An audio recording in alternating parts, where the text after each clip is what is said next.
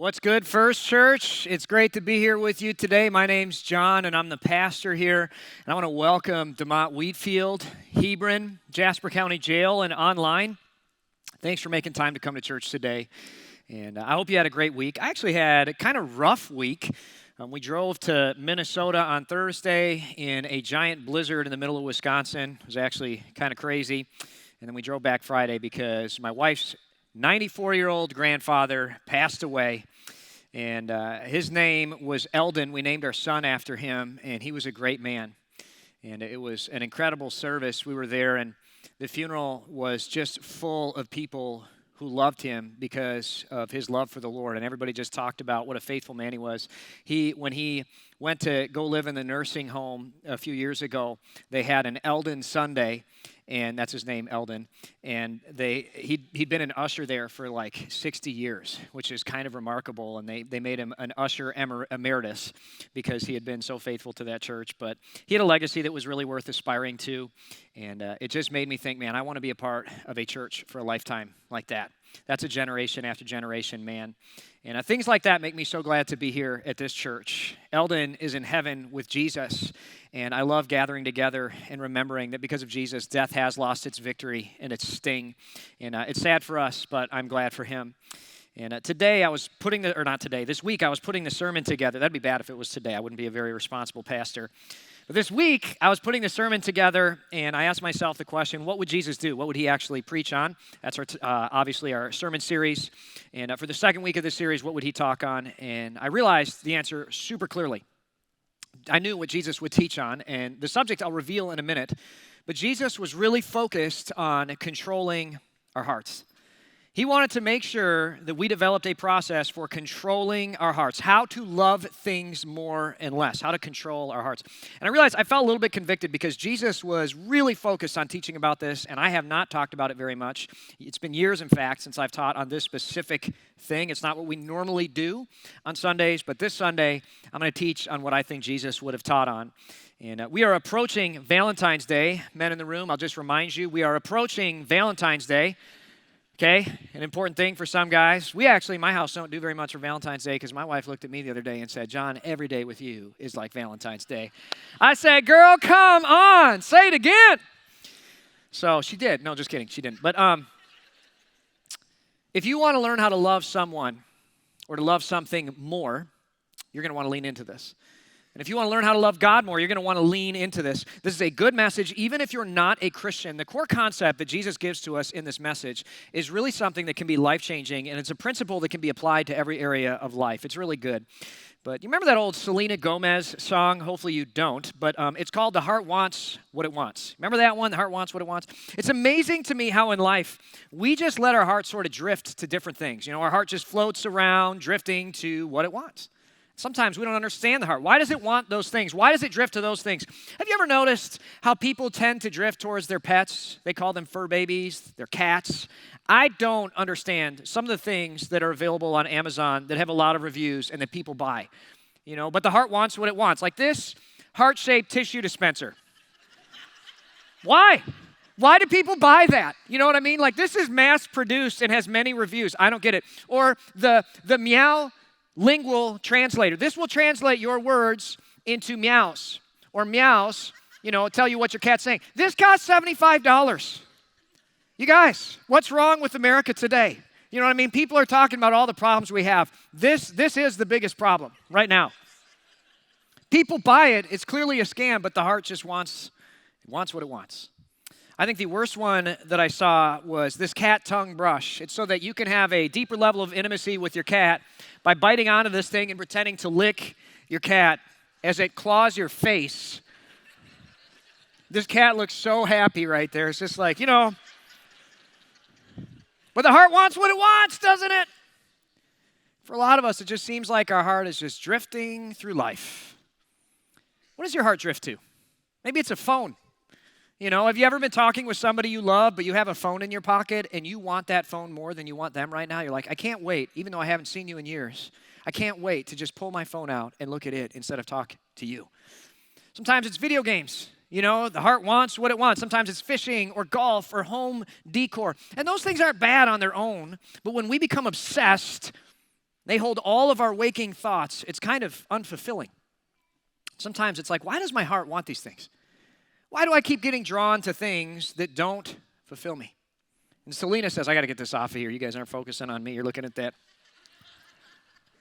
Selena says the heart wants what it wants. It just kind of has a mind of its own. If only there was some way to control this. I mean, what would that be worth? If you could control where your heart went, it would be amazing. We would no longer make bad choices. We would no longer date bad people. We would no longer get divorced. We would no longer obsess over silly things. If you could control this, oh my goodness, it would be amazing. What are some silly things you've given your heart to that you wish you wouldn't have? I've given my heart to a girl that I shouldn't have, who said she followed Jesus but didn't in college. I gave my heart to an inboard, direct drive, open bow, tournament certified ski boat. Hasn't fulfilled me. I've given my heart to mansions and yachts that I'll never own. I've given my heart to career and success. That doesn't fulfill, that's for sure. All of these things, I just ask myself, why did I give my heart to that? If only there was a way to control this. Sometimes it just feels like the heart wants what it wants. What about the other way around? Have you ever had something that you should have given your heart to? You should have loved it, but you didn't? It's like, I should love this more. I wish I could just make myself love it, but I can't. For me, the answer is definitely yes. One of the ones that sticks out is my firstborn daughter. They hand us this baby in the hospital, and all she did was cry. If Isabel was awake for the first year of her life, she just cried. In the hospital, I remember the first time I held her, she was doing a newborn cry that's super stress-inducing, that horrible high-pitched quiver jaw, and you're like, oh my goodness, this is really stressful. I have no idea what I'm doing. And in my mind, my only thought was, how much longer do I have to hold her before I can give her to someone else and have it be socially not, terrible? You know what I mean? Do I have to hold her longer? How much longer? We get home, and 2 weeks into having this girl, Kristen is like, John, do you love her? Do you feel love for her? And I had expected to feel an immediate love for this girl when she was born. I thought, oh man, she's my girl. I'm going to love her. And I'd been hiding the fact that I secretly felt nothing. And I was so afraid. And finally, Kristen asked me that. And I was like, jig's up. She sees through me. I'm a horrible person. But I confessed to her. I was like, Kristen, I don't feel love for her. I mean, obviously, I'm going to choose to love her, but I don't feel love for her. I was like, do you feel love for her? And she's like, no. Me neither. What's wrong? I'll tell you what's wrong. When Kristen was first pregnant, we had no idea what to expect, but honestly, we just didn't prepare very much. We didn't go to classes.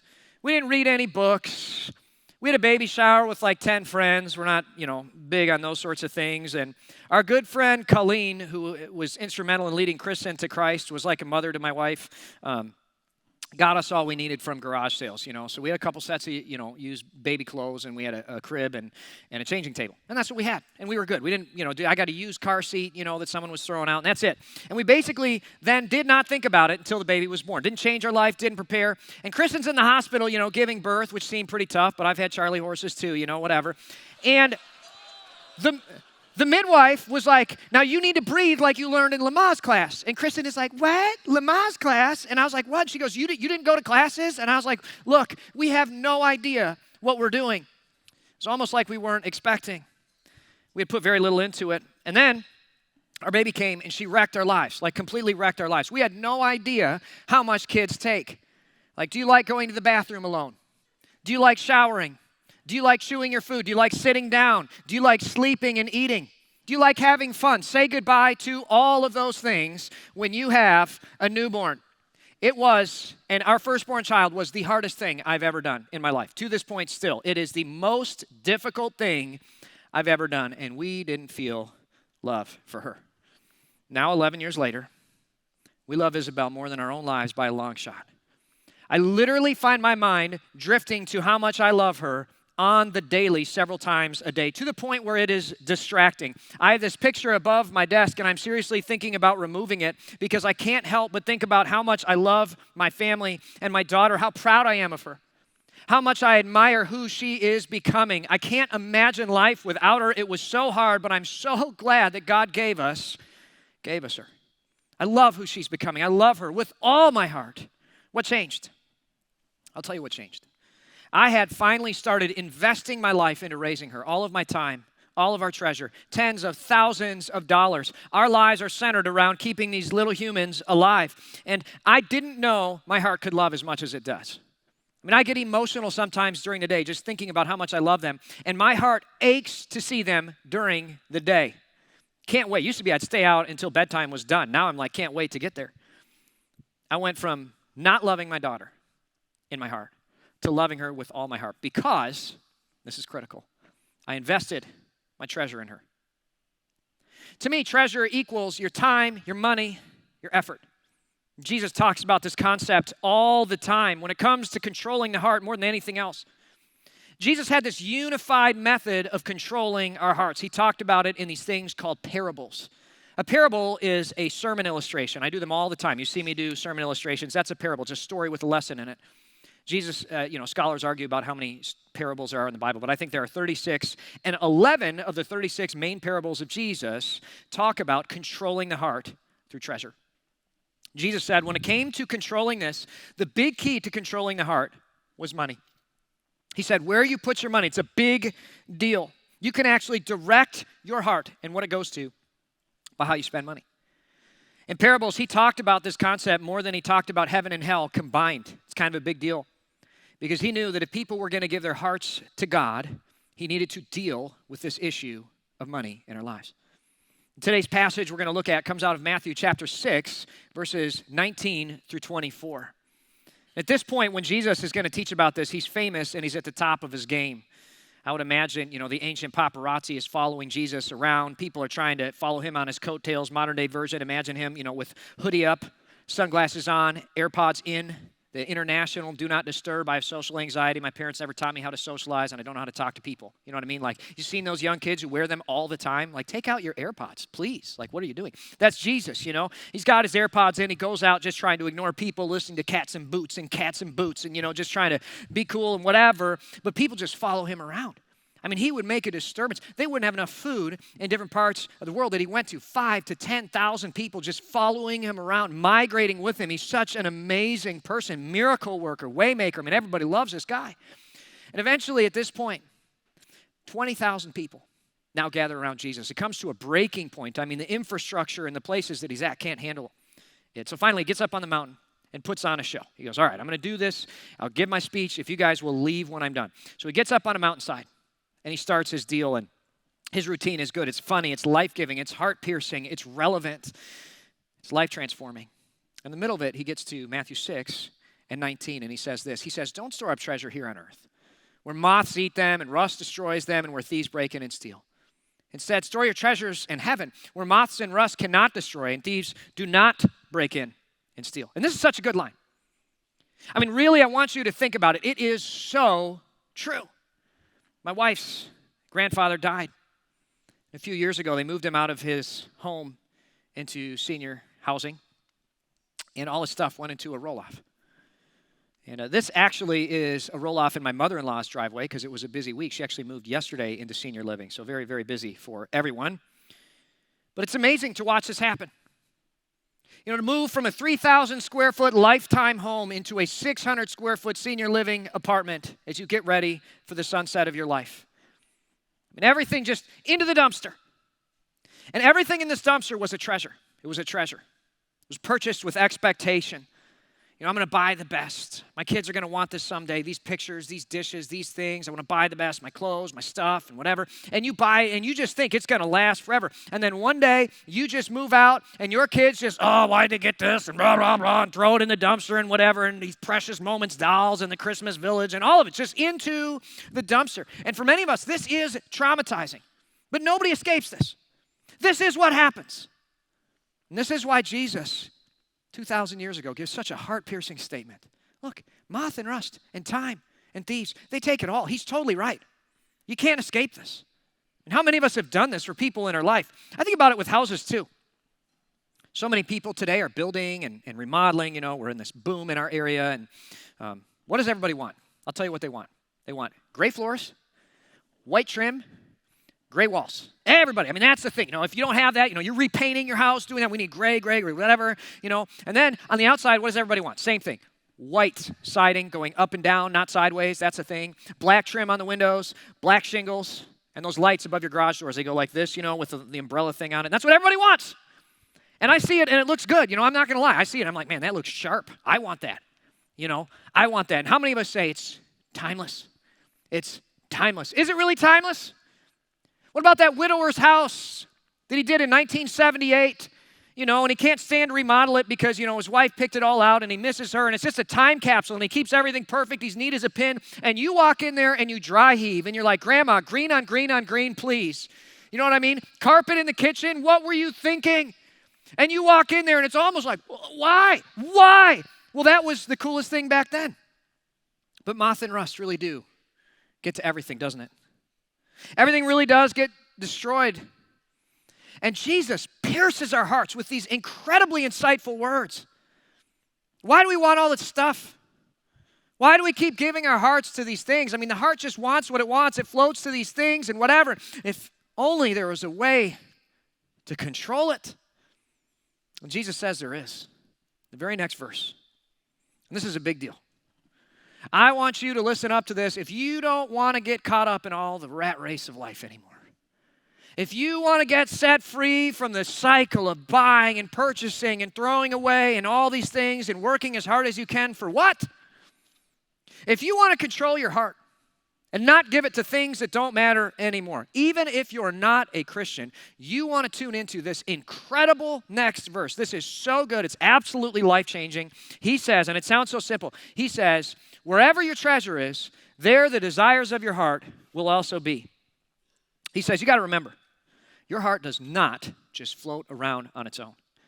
Your heart does not just direct itself. He says there is a string, a chain connected to your heart, and that chain is connected to money, to treasure. And most of us think that our heart controls our treasure. Where our heart goes, that's where our money goes. If I like this thing, I put my money in it. Jesus says, no, that's totally wrong. And this is the fundamental human misunderstanding. What you need to understand, Jesus says, is where you put your treasure, your heart follows. This is the reverse of what we think, but this is the truth in life. Think about it with me for a second. This is why I felt nothing for Isabel when she was born, because we didn't invest any time or treasure preparing for her. I felt nothing. This is why a dad who has a kid and then leaves, he doesn't feel anything connected to that kid other than guilt. On a birthday once in a while, there's no connection because there's no treasure invested. You feel nothing. This is the way that we're made. Where your treasure is, there your heart will be. What happened to Isabel when I put my time and treasure in her? Oh, I loved her. I loved her so much because where your treasure is, then your heart follows. And it's amazing to think about this. What in life do we love without investing treasure in it? How many 8-year-olds are like, Mom, Dad, I don't want to watch Pokemon. I want to watch HGTV. That's what I want. Dad, turn off Bakugan. You know what I want to watch? Property Brothers. I don't want Paw Patrol. I really want it. Dad, I don't want to go to Disney World. Will you take me to Magnolia Farm? I want to see where Chip and Joanna Gaines started it all. Forget Harry Potter World. Forget Disney World. I don't want any of that. I want to, let's start looking at real estate, Daddy. That's what I want, said no 10-year-old ever. Ever. My son, what does he love? He loves Pokemon. Why? He put so much treasure in it. He didn't care about Pokemon. His friends started doing it. He asked for it because he didn't know what else he wanted. Now he can't stop thinking about it because it's all he puts his treasure into. His time, his whatever. Sits in his room, rearranging his cards, then rearranging them again. I don't get it. I don't understand it. But where your treasure is, there your heart will be also. We used to not care about houses. Then you buy a house. You remember when you bought a house this side of 10 minutes ago? You didn't care about houses at all. You put your treasure in a house. All of a sudden, you're like, ooh, that place is for sale. I can't wait to see it. I wonder how much it's listed for. What's it look like inside? You remember when you were a kid? You'd go to someone's house. It was exactly like your house. Your split level, whatever, 1,600 square feet, 3-bedroom, 2-bath, whatever. It's the exact same. And your parents would say, I want a tour. And as a kid, you're like, why? It's the exact same as our house. You know what I mean? Like, same thing. And your parents would go, they'd be so interested. Now you're grown up, you go to a friend's house, you're like, let me see a tour. I can't wait to see it. Whatever. Because our treasure's in our house. How many of you guys, you don't care about cars and then you buy a car? Right? All the cars before you buy a car, it's like an egg driving around. I don't know what it is. They all just look the same. Then you buy the most mediocre car ever, a Chevy Equinox. Who cares? But when you buy a Chevy Equinox, all of a sudden you see every Chevy Equinox on the road. There's one, there's one, there's one. Look one. That one's LT. That one's an LS. That one has red stripe edition. Oh my goodness. You know the body style. You know the trim level. You never knew anything about cars till you buy a car. For where your treasure is, there your heart will also be. Years ago, my uncle told me about this company called Tesla. I didn't care about Tesla. I didn't want Tesla. He says, invest in Tesla. So I put a little bit of money in Tesla. Now I care about Tesla a lot.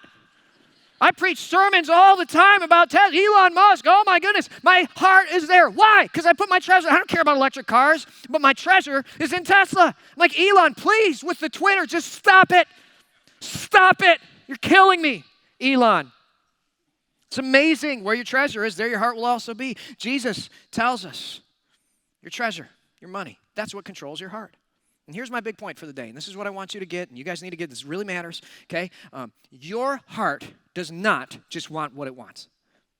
This is such a big, huge, honking deal for people. Your heart doesn't just want what it wants. Our treasure controls our hearts. You can control where your heart goes. If you want to love something more, invest some treasure in it, time, money, and talent. Where do you put the most of your treasure in life? I want you to think about it. Especially your disposable treasure.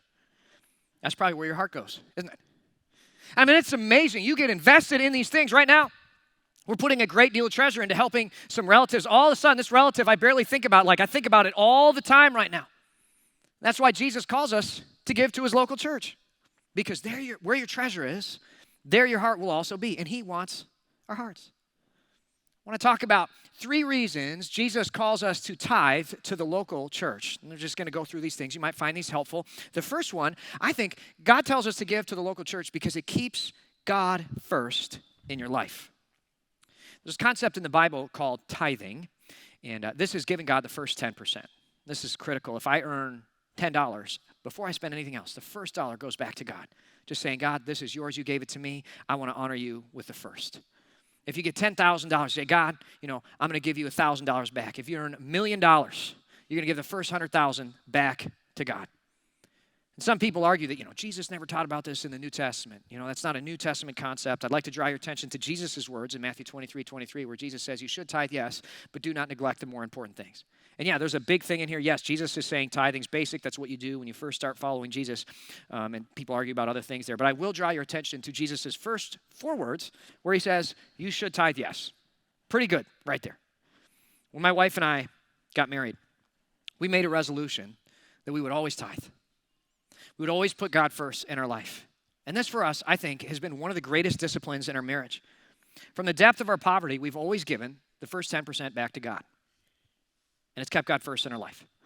I mean, when we had no disposable income, Sunday was our favorite thing. We could not wait to go to church, see the people. It was our hobby. And I'm convinced the reason we never got swept up into all the things we can get swept up into, with credit cards and home renovation and car debt and all this stuff. The reason we didn't do that, and not that those things are bad if you could afford them. Like if you can afford those things, that's great.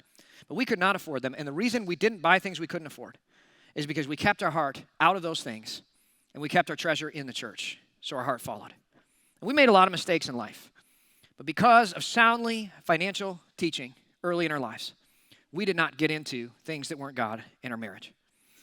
And my wife did have credit card debt as she was becoming a Christian. And before we got married, and what transformed her heart, she was, materialistic and liked all the things of the world. And what transformed her heart was giving to the local church. When she started tithing, it wasn't Dave Ramsey, it wasn't just good advice, it was giving to the local church that changed her heart towards the things of this world and set her free from the cage of wanting material things with everything she had. I'm not saying material things are bad, but she was able to put God first in her life because of that. The second reason to give is I think it keeps life simple and free. I like the way Jesus puts it in Matthew 6 and verse 24. A little further down in our passage, he says, no one can serve 2 masters, for you'll hate one and love the other, or you'll be devoted to one and despise the other. You cannot serve God and be enslaved to money. I know a lot of people who, they'll say, well, I love God, I believe in God, but I hate that the church talks about money. And that's all they want. First off, we almost never talk about it. Like, I should talk about it more, but I don't, okay? Jesus talked about it more, but we rarely talk about it. The reason people get so upset is because they have 2 masters. They have 2 masters that say they love God, but they despise God. And that's what it feels like, isn't it? I despise the church because I have 2 masters. That's like loving the Minnesota Vikings and the Green Bay Packers. How can you love both? Right? They are bitter rivals. If you really are a Christian, of course you're going to love the Vikings. That's just the way that it goes. We know this. Growing up, my friend Mark's family, he had a lot of nice things. They had a really nice mansion that they lived in. They had really nice cars. And they were one of those families that was always stretching. They're always stretching to buy things. They're always behind. They're always worried about, this problem, that problem. They have a lot of debt, and they bought things. We call it in Texas, all hat and no ranch, right? Got a big hat, no ranch, get it? Okay. And one of their cars was this Infiniti QX40, which at the time was a nice car. It's basically a Nissan Pathfinder with an Infiniti badge on it. But anyway, it was a nice car. And I was excited to ride in it the first time I got to ride in it because I hadn't been in a nice car like this. And I get in and it smells of, rich leather and whatever. And his mom screamed at me, shrieked at me for dragging my feet across the floor mats. And I was like, my understanding is floor mats are for feet. Like, I don't understand what I'm supposed to, don't drag your feet across my floor mats. It's like, ah! And I went like this. And I kind of freaked out because, nobody in my family yells, except me. I yell a lot, but nobody else does. And, I'm not used to being yelled at. So like this. And my head hit the headliner of the car. Get your greasy head off my headliner. And I was like, this is scary. I was like, from that day forward, I was like, I don't want to have things that I'm so afraid of ruining, I can't share them with people. Right? I don't want to have that. We've always lived a simple life. We host people at our home all the time, and we love people. We love God more than we love our decorations or our possessions. We don't have anything that we're worried about having it get ruined. We have nothing we can't share. And I'm not saying you can't have nice things. You can have nice things. But for us, keeping it simple and keeping our treasure in people and in God has kept our heart in people and in God. Because we made a discipline of tithing to the local church. It's a non-negotiable in our marriage. Our hearts never went to the things of this world. And I think the biggest thing that it's blessed us with is we've never been possessed by our possessions. You ever met anyone who's possessed by their possessions? Just all their stuff all the time, thinking about these things, pole barns and inboard direct drive, open bow tournament, certified ski boats. I mean, it's like, who would ever do that, So thankful for the Lord. The third reason I think God calls us to give is we get to make a real difference. I think the older I get, the more I realize that nothing in this earth really satisfies all that much. The roll-off, the this and that. But when I give, I get to be a part of some significant things. And just 2 weeks ago, I went and visited a friend who was really struggling, and he ended up giving his life to Christ in our conversation, and he was legitimately ready to kill himself. He had a gun sitting right there, but instead, Jesus saved him. And that's because of the ministry of this church. And when you give her, you might not have been in that conversation, but you were a part of that. That's kind of cool. That's a big difference that you make with your life. Years ago, we helped a single mom get back on her feet again. Today, her sons are connected with wonderful mentors at our church who are being a father to the fatherless. They're breaking family cycles of poverty. And just recently, I was talking with one of her sons who is a senior now, and he said, I'm so thankful that I have God as my father. He's so much better than my dad. And I can't wait to be a father to the fatherless and a father to my children. When you give here, you're a part of making differences like that.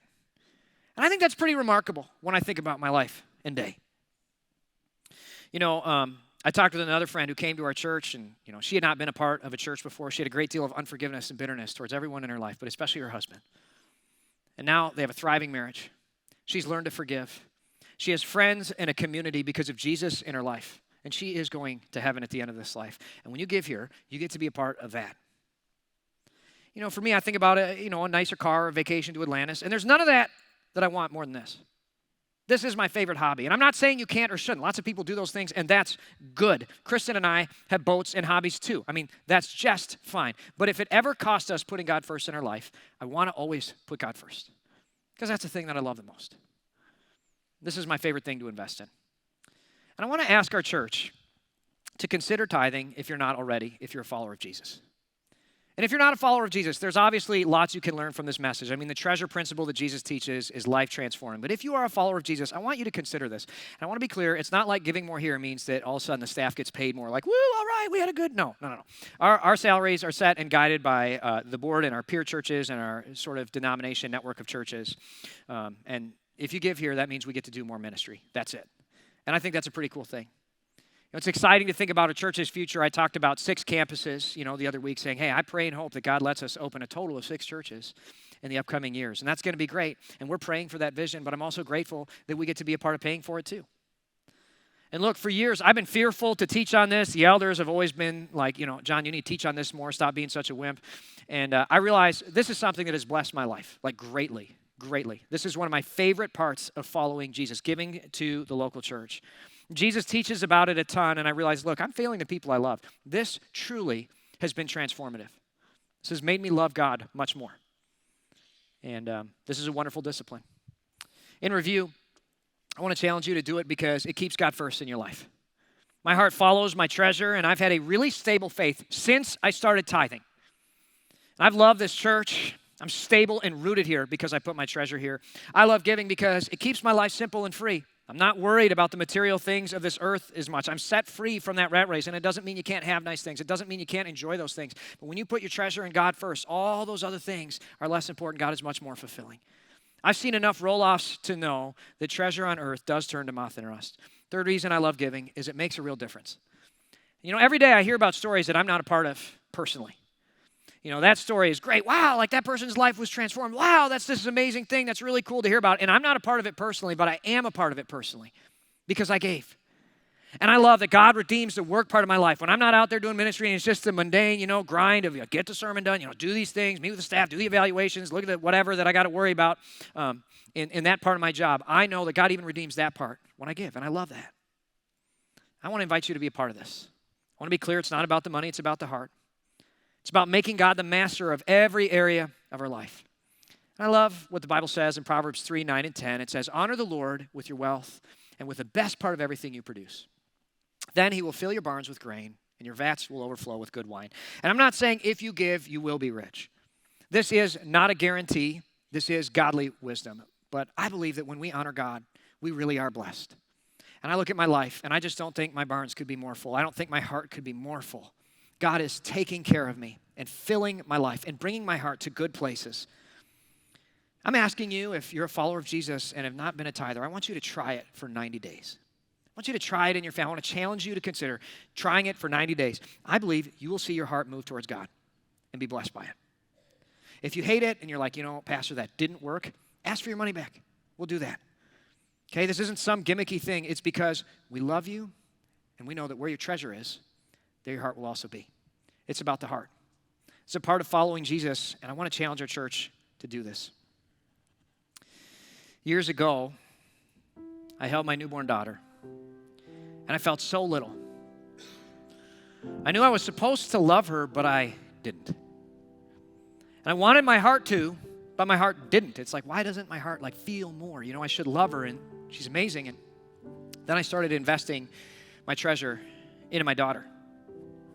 And today, after pouring my heart into her for 11 years, I could not love her more. She is the apple of my eye. And I think that is where a lot of us are with God, isn't it? Oh, I believe in him. I should love him. I want to love him more. He's given it, and I'm supposed to love him, right? Just standing there like I was with my dad. I'm supposed to love him more, but we can't, and we don't. And Jesus says, look, put your treasure with me, and you'll have it. And you'll have it. He says, for wherever your treasure is, there the desires of your heart will also be. For almost 2 decades, I've been giving my first tenth to the local church, and I have been so blessed by it. I think it is one of the things that has grown my faith the most. It's giving a tithe, and then many times giving above and beyond. I think it's been by far mine and Christian's largest financial investment in life. I'm just so thankful for the generations that came before us. So many of them faithfully prayed for the vision, but then so many of them also faithfully paid for the vision. And 130 years later, I don't think they regret it. I can't wait to see what God does in and through our church as we do this. What would Jesus do? Jesus would allow his treasure to guide his heart to what matters most. 2 questions as I wrap this up. Where is your treasure? And where is your heart? Even if you're not a Christian, I think this is something worth evaluating. As we think about this life, as we think about the roll-offs in life, are you putting your treasure in something that really matters? Today, maybe there's some of us who are realizing, I need to reallocate. I want to change some of this. Some of you might be, man, I love it. I'm making good investments, and that's great. Some of us, though, I'm hoping that God will use this to convict us and cause us to invest in things that really matter. As we close, I want to ask you to stand to your feet at all locations, and let's have some prayer. God in heaven, I just ask that you would bless our churches, that you bless the conversations that we have. I thank you for giving us a hope and a purpose that's greater than this life. And Lord, I ask that because of your truth in Matthew 6, I ask that you would cause us to begin guiding our hearts to what matters most through where we put our treasure. Thank you, God, for the wonderful life that you call us to live. Help us to be disciplined enough to choose to live it. In Jesus' name we pray. All God's people said amen and amen. Let's sing this last song together.